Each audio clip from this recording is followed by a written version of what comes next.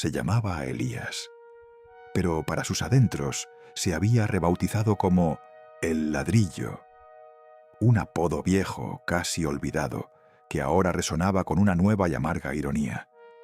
No era sólido ni era fuerte, era solo un fragmento caído.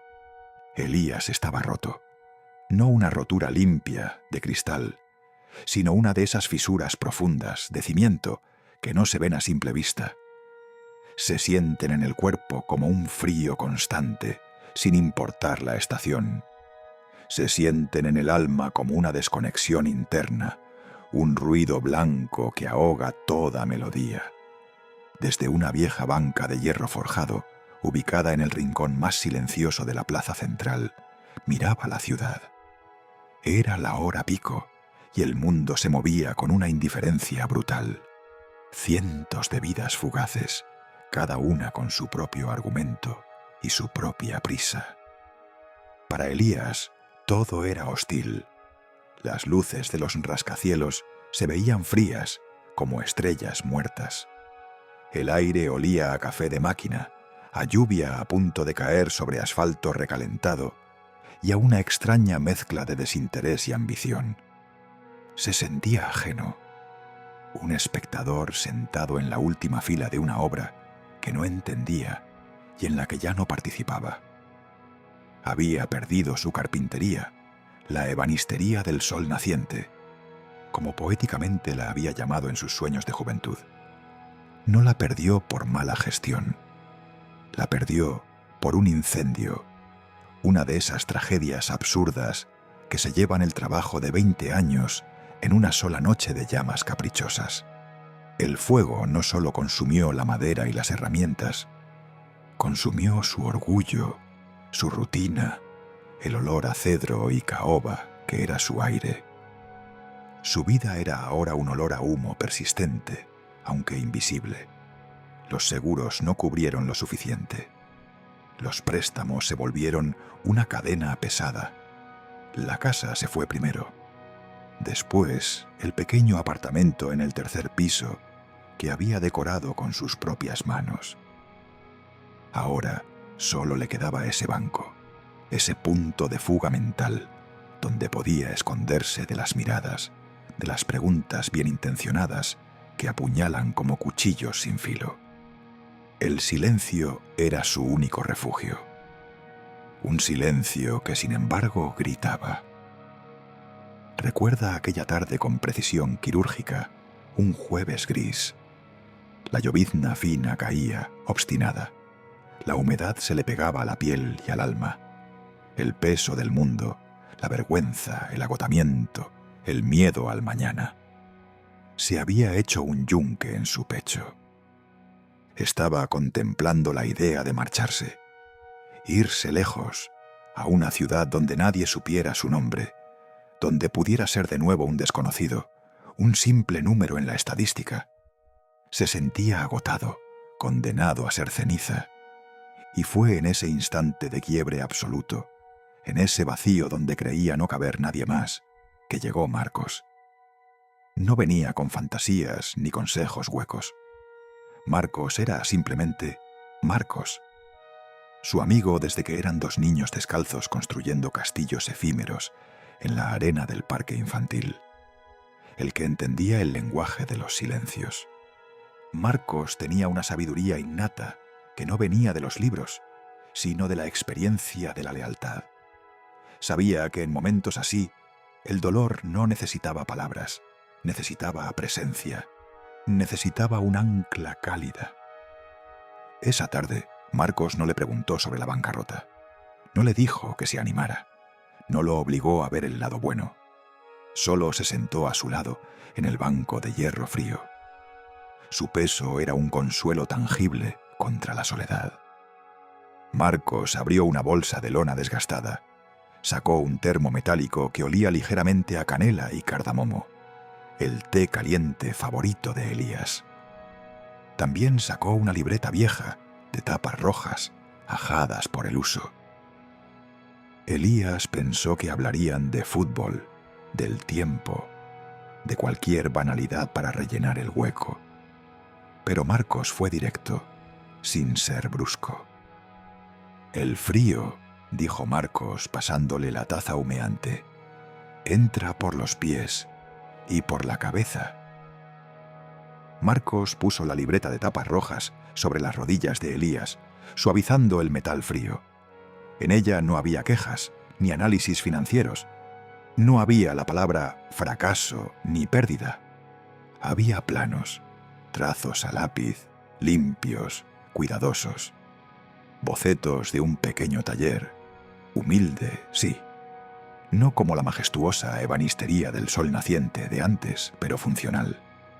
Tenía una distribución inteligente, un espacio para el cepillado, una zona de secado y, justo en el techo, un tragaluz enorme, orientado al sur, para capturar la mejor luz. Un tragaluz como Elías siempre había soñado. Un punto de entrada para la luz, incluso en los días más grises. «Mira, ladrillo», dijo Marcos, sin forzar la mirada. Sus ojos estaban fijos en los trazos de la libreta, pero su intención estaba fija en el alma de su amigo. «Esto es lo que vamos a hacer». Elías sintió un nudo apretarse en la garganta. La emoción era tan densa que le costaba respirar. Preguntó, con la voz apenas un susurro, que se rompía con la llovizna. «¿Cómo?» «Marcos, ¿de dónde sacaste esto?» Marcos no respondió de inmediato. Buscó algo en su cartera que guardaba con más cuidado que el dinero. Un papel. Era un contrato, una serie de documentos legales con el membrete de un banco. Era un préstamo, una hipoteca sobre el único activo valioso que poseía Marcos, el pequeño apartamento en el que había vivido desde que se casó, la casa que con tanto esfuerzo había pagado, su futuro. «Lo vendí», explicó Marcos con una simpleza que desarmaba.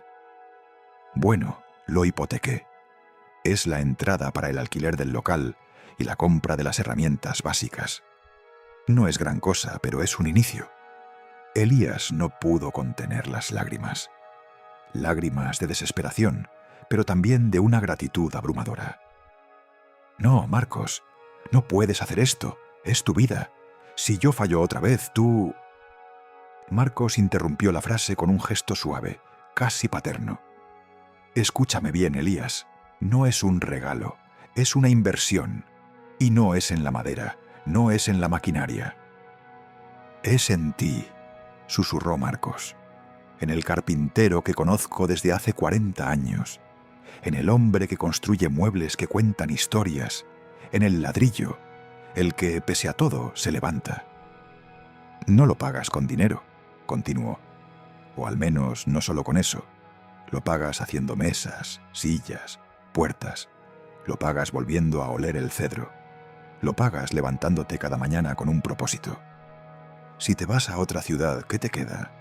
Un cuerpo sin raíces. Aquí, al menos, hay trabajo». Elías no pudo articular una palabra más. Solo apretó la taza de té, sintiendo el calor quemarle los dedos, un dolor pequeño y bienvenido comparado con el frío en su pecho. «¿Y si fallo, Marcos?», repitió Elías, casi suplicando una respuesta que lo liberara de la responsabilidad. Marcos se encogió de hombros, con esa misma calma inquebrantable. «Entonces, Elías, fallamos juntos, pero por lo menos fallaremos con las manos llenas de aserrín y el olor a laca, no de lamentos. Y mañana lo volvemos a intentar». Fue un ancla, una cuerda lanzada en la tormenta sin pensarlo 2 veces. No fue una limosna que humilla, sino una mano que empuja hacia adelante. Un acto de fe desnuda, sin red de seguridad. Marcos había hipotecado su propia paz para darle a Elías un nuevo horizonte. Elías aceptó, no por orgullo, sino por la obligación moral de honrar ese sacrificio. Se aferró al trabajo con una desesperación renovada. Cada corte de sierra, cada lijado, cada mueble terminado, era una pequeña nota en la sinfonía de su redención. Los meses se hicieron largos, pero no vacíos. Se convirtieron en años llenos del olor dulce del nogal y el ruido rítmico del martillo. El taller prosperó. La luz del gran tragaluz que Marcos había dibujado se convirtió en un faro en la vida de Elías. Elías no solo recuperó su taller, lo hizo crecer. Se volvió, de nuevo, un maestro con la madera, un arquitecto de lo tangible y de los pequeños sueños. La gente volvía por la calidez de sus manos, por la historia que cada pieza de madera parecía contar. Pero lo más importante que recuperó no fue el dinero en la caja o la reputación. Fue la luz que volvió a sus ojos, la confianza en sí mismo y la certeza de que el abismo había sido cruzado. Pasaron 5 años. El día que Elías terminó de pagar la última cuota del préstamo de Marcos, sintió una euforia inmensa, pero también una punzada de inquietud. La deuda financiera estaba saldada, pero la deuda emocional, la de la gratitud, esa era impagable. Fue a buscar a Marcos. Lo encontró en su apartamento, el mismo que había hipotecado. Un lugar pequeño, ahora se veía más modesto de lo que Elías recordaba. El ambiente era extraño, silencioso, como si las paredes ya hubieran comenzado a despedirse. Marcos estaba terminando de empacar. Su rostro, surcado de nuevas líneas de cansancio, no mentía. Había envejecido. Había perdido su trabajo de contable meses atrás. La inversión en Elías lo había salvado, pero a él lo había dejado vulnerable. El dinero del préstamo de Elías llegó tarde para salvar a Marcos de su propia quiebra personal. La hipoteca, aunque saldada, le había comido sus ahorros y su estabilidad. Estaba al borde del desalojo sin un plan B. Marcos se avergonzó. Intentó ocultar las cajas, los avisos de desahucio impresos en un papel amarillo que gritaban desgracia. «Solo estoy reorganizando», mintió con una voz plana. Elías se acercó. No dijo nada sobre las cajas. Solo se rió. Una risa cálida, sonora, que no había emitido en años. Una risa que le recordó a Marcos al niño de la arena. Le entregó un sobre. No solo contenía el cheque por la deuda saldada, también había una llave. Brillante, nueva, diferente. «Esta llave», le dijo Elías, su voz ahora firme como el roble que cortaba, «es para el piso de arriba.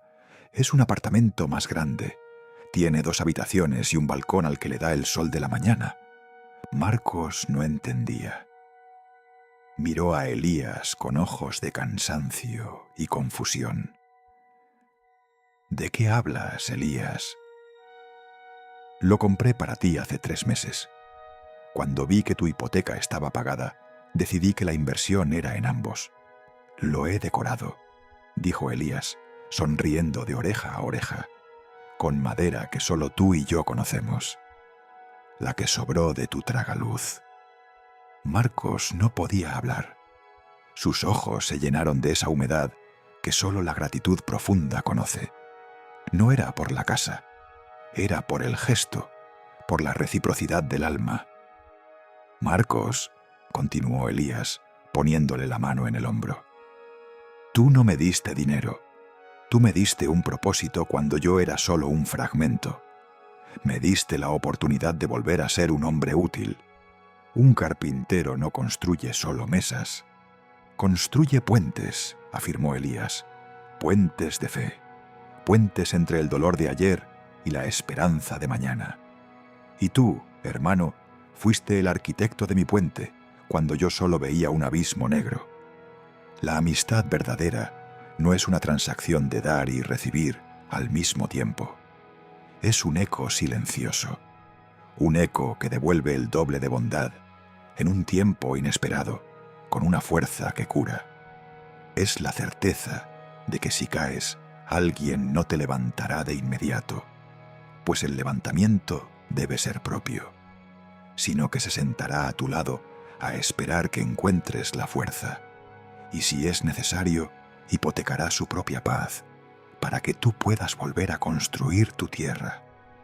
A veces, la vida nos quita la luz, no para dejarnos ciegos, sino para obligarnos a buscar la inmensa calidez de quien decide iluminarnos desde cerca, para recordarnos que no estamos hechos de independencia, sino de interdependencia. La verdadera riqueza no se mide en lo que posees, sino en la lealtad de la mano que te sostiene, la que te devuelve la fe en los días oscuros, la que te da un tragaluz en medio de la tormenta sin pedir nada a cambio. Esa es la naturaleza del eco de la bondad. Si sale del alma, siempre, siempre encontrará el camino de regreso. Si esta historia tocó tu alma, déjale un me gusta y comparte este mensaje para que llegue a más corazones. Suscríbete para seguir recibiendo historias que iluminan el alma. Recuerda, la bondad es el único activo que al gastarse se multiplica.